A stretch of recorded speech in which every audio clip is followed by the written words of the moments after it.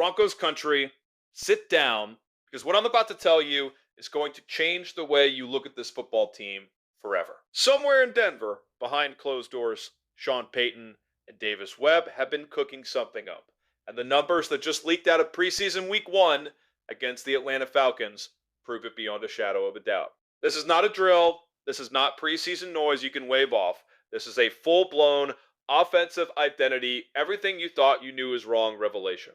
And by the time I'm done breaking it down for you, you're going to be standing up out of your chair, yelling at your television, just like I am right now. But before we dive into this, I need one thing from you, and I need it right now while it's fresh on your mind. This channel is closing in on a huge milestone. We are racing toward 1,000 subscribers, and every single one of you watching right now can be the one who pushes us over the top. It costs you nothing. It takes 2 seconds. Hit that subscribe button before you do anything else, because Broncos country deserves a home base that grows as fast as this team is growing, and right now, that's on you. Okay, now let's get into it. For years, Broncos fans have watched this offense sputter, stall, and settle for field goals when touchdowns were sitting right there for the taking. We've watched shotgun snap after shotgun snap, quick screens that go nowhere, and a passing attack that was allergic to throwing the ball more than 10 yards downfield. That was the story of 2025. That was the frustration that had this fan base pulling its hair out every single Sunday. But here's the twist nobody saw coming, and it's the kind of twist that turns a good football team into a terrifying one. The Broncos went under center. I know that sounds simple. I know it sounds like something you'd hear from your uncle who played high school ball 30 years ago. But stay with me, because this single shift in philosophy is the exact blueprint that has turned Sean McVay, Kyle Shanahan, and Ben Johnson into the most feared offensive minds in professional football. These are the architects of modern NFL dominance, and every single one of them will tell you the same secret if you ask them. It starts under center. It starts with play action. It starts with disguising what you're about to do until it's already too late for the defense to stop it. Against Atlanta, in a game that plenty of casual fans dismissed as meaningless preseason filler, the Broncos dropped their shotgun rate by 15% compared to last season. 15% might not sound like a headline number if you say it fast, but stretch that across an entire 16 or 17 game season, and you were talking about hundreds of offensive snaps that completely change character. Hundreds of plays where the defense no longer knows if it's about to see a 5-yard check down or a shot deep down the sideline. That uncertainty is exactly what breaks defenses. That uncertainty is exactly what turns a middling offense into a nightmare matchup every single week. And that's just the appetizer, Broncos country. Here comes the part that should have every single one of you losing your mind. In the first half against the Falcons, the Broncos more than doubled their rate of passing attempts that traveled 10 or more air yards downfield. In 2025, that number sat at a modest 27%. Modest, manageable, frankly, a little boring if we're being honest with each other. In this preseason opener, that number rocketed to 54.5%. Let that sink in. More than half of Denver's passing attempts in that first half were pushing the ball vertically down the field, attacking cornerbacks, attacking safeties, attacking the parts of the field that actually win football games. If you take that 54.5% and drop it into last year's full season rankings, it would have been the number 1 mark in the entire National Football League. Number 1. Not top 5. Not top 10. Number 1.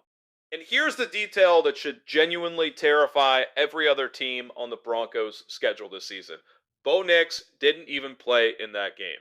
Read that again. The starting quarterback, the face of this offense, the guy who is about to enter his 3rd year in the league, was standing on the sideline in street clothes while Davis Webb ran this new aggressive scheme to near perfection. This wasn't Bo's improvisation. This wasn't some one-man show carrying the offense on his back. This was the system. This was the philosophy. This was Sean Payton and his staff proving that the aggression, the downfield shots, the willingness to live and die by explosive plays, that's baked into the scheme itself now. Imagine what happens when the actual franchise quarterback steps back into that huddle. Speaking of Bo, let's talk numbers because they back up everything I just told you. Last season, Bo Nix averaged 7.1 air yards per throw. That's a fine number. That's a game manager number. That's the number of a quarterback who's being protected, being coddled, being kept away from risk. In this single preseason performance under this new offensive approach, that number nearly doubled to 13 8 air yards per attempt. That is not a small tweak. That is a full identity shift for this offense, and if it carries into the regular season the way all the early signs suggest it will, defensive coordinators around this league are about to have a very, very bad year trying to prepare for the Denver Broncos. Now, look, I hear the skeptics already. I can practically smell them typing away in the comment section as we speak. Moose, it's preseason. Calm down. It's one game against backups and camp bodies. You're getting ahead of yourself. And look, I respect a healthy dose of skepticism. I really do. One preseason game against the Falcons roster full of players fighting for the back end of the depth chart is not on its own conclusive proof of anything. But what it is proof of, undeniably, is intent. It's proof that this coaching staff studied last year's inefficiencies, identified exactly what was holding this offense back, and walked into training camp with a plan to fix it. That's not nothing. That's everything. That's the foundation every championship caliber offense is built on. And if you want more proof that this under center, downfield shot philosophy is the blueprint for winning football right now, look no further than the reigning NFL MVP himself, Matthew Stafford. Last season, playing in this exact style of offense, Stafford threw for 4,700 yards, 46 touchdowns against only 8 interceptions, completed 65% of his passes, and posted a passer rating of 109.2. Numbers like that don't happen by accident. They happened because Stafford, playing under center, posted an EPA of 37, good for 5th in the entire NFL, and a success rate of 56%, 7th best in the league. Those two numbers translated into a Rams offense that finished first in the league in nearly every meaningful category. First in efficiency, first in explosiveness, first in the categories that actually decide championships. Now, I don't have some strange obsession with the Los Angeles Rams, but I respect what Sean McVay has built there because it is the exact same blueprint Sean Payton appears to be installing right here in Denver. And when you pull up the full league chart plotting quarterback efficiency under center versus efficiency out of the shotgun, guess who's sitting right in that elite cluster near the top? Bo Nix, right there next to Kyler Murray, right above Daniel Jones, trending in exactly the direction you want your franchise quarterback trending. The path is right there in front of him. The system is being built around him. All that's left is for him to walk through the door that Davis Webb just kicked wide open. We're already halfway through the breakdown here, and if this is getting you as fired up as it's getting me, I need you to do something for me. This channel is grinding toward 1,000 subscribers, and honestly, with analysis like this, with a Broncos team that's showing this kind of promise, there is no reason we shouldn't already be there. If you haven't subscribed yet, do it right now in the middle of this video. Don't wait until the end and forget every subscriber gets us one step closer and it lets YouTube know that Broncos country wants more of this kind of deep dive breakdown. So smash that button and let's keep going because we haven't even gotten to the running game yet. Here's where things get even more exciting. This new age under center approach isn't just about chucking the ball downfield. It's about disguise. It's about deception. It's about making a defense guess wrong over and over again until they simply cannot function.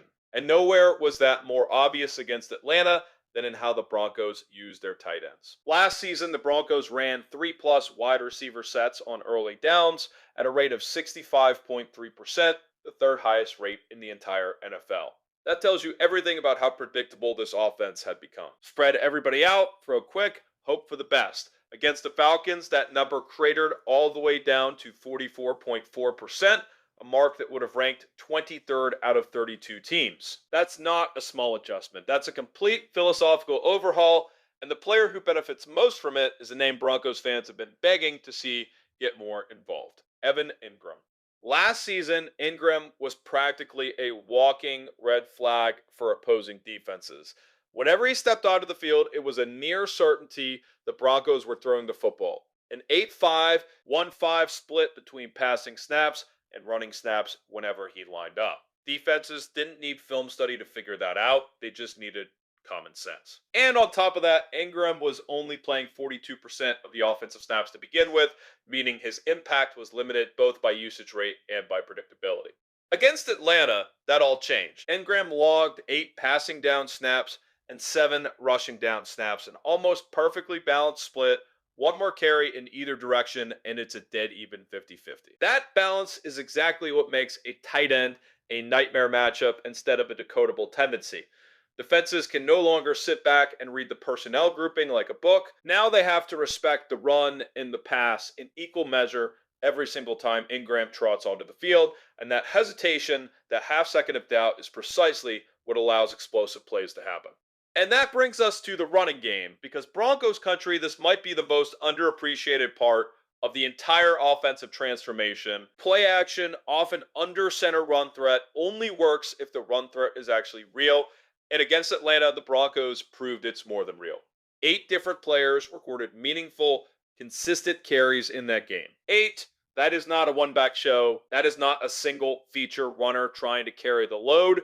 That is an offensive line and coaching staff committed from the very first snap to establishing the run as a legitimate weapon, not just a change of pace afterthought. The result was 162 rushing yards and a 4.2 yards per carry average. Now, sure, that came against a Falcons defense stacked with third, fourth, and fifth string bodies fighting for roster spots, and I'm not going to sit here and pretend that context doesn't matter. But context aside, the commitment, the intent, the fundamental approach on display, that's exactly the foundation this coaching staff needs to build a top-tier rushing attack heading into the regular season.